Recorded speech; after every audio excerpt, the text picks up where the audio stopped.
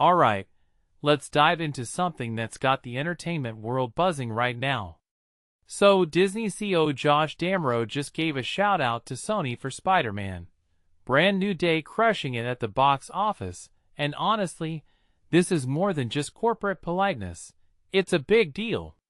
What makes this really interesting is the context here. Spider-Man, despite being a Marvel character, is legally tied to Sony for distribution, which is a whole mess of legal tape that's been a headache for fans and execs alike. But D'Amaro's comments? They're not just a pat on the back, they're a strategic move. Personally, I think this is Disney acknowledging that Spider-Man's success is a win for them too, especially with Avengers, Doomsday on the horizon. It's like they're saying, hey, if Spider-Man can break records, imagine what we can do with the Avengers. Now, let's talk numbers for a second because they're insane. Brand New Day raked in $360 million domestically in its opening weekend, topping Avengers Endgame, which, by the way, was a cultural phenomenon. That's not just impressive, it's a statement. In my opinion, this proves that audiences are still hungry for theatrical experiences, especially when the content is top-notch. Spider-Man's been around for 65 years, and yet, he's still one of the most bankable characters out there. What many people don't realize is that this isn't just about the movies. It's about the parks, the merchandise, the streaming deals. Spider-Man is a cash cow, and his success ripples across Disney's entire ecosystem. But here's where it gets even more fascinating. The superhero genre has been on a downward slope lately. Marvel and Disney have felt the sting, especially post-COVID, when the theatrical business struggled to bounce back. So, Brand New Day isn't just a win for Sony or Disney. It's a lifeline for the genre itself. If you take a step back and think about it, this could be the turning point that reignites interest in superhero films. And that's huge for Avengers Doomsday, which is set to drop in December. I mean, the timing couldn't be better for Disney. They're essentially riding Spider-Man's coattails into their next big release.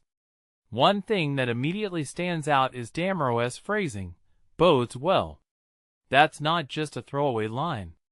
It's a calculated statement that ties Spider-Man's success directly to Disney's future. What this really suggests is that Disney's betting big on Doomsday to be their next billion-dollar hit. And honestly, after the slump they've had, they need this. But here's the kicker. Doomsday is the first Avengers film since 2019. That's a long gap, and fan expectations are through the roof. So, while Spider-Man's success is a good omen, it also raises the stakes. Can Doomsday live up to the hype? That's the million-dollar question. From my perspective, this whole situation is a masterclass in corporate synergy and strategic messaging. Disney's using Spider-Man's win to drum up excitement for their own project, and they're doing it in a way that feels genuine, or at least, as genuine as a CEO's remarks can be. But what's really at play here is the future of the superhero genre. If Doomsday hits, it could signal a resurgence. If it flops, well, that's a whole other conversation. A detail I find fascinating is how this all ties back to the legal complexities of Spider-Man's rights.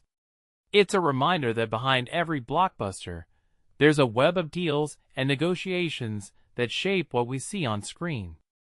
So, here's my closing thought. Spider-Man's success isn't just a win for Sony or Disney. It's a win for the industry.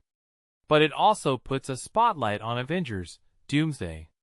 Can it capitalize on this momentum, or will it crumble under the pressure?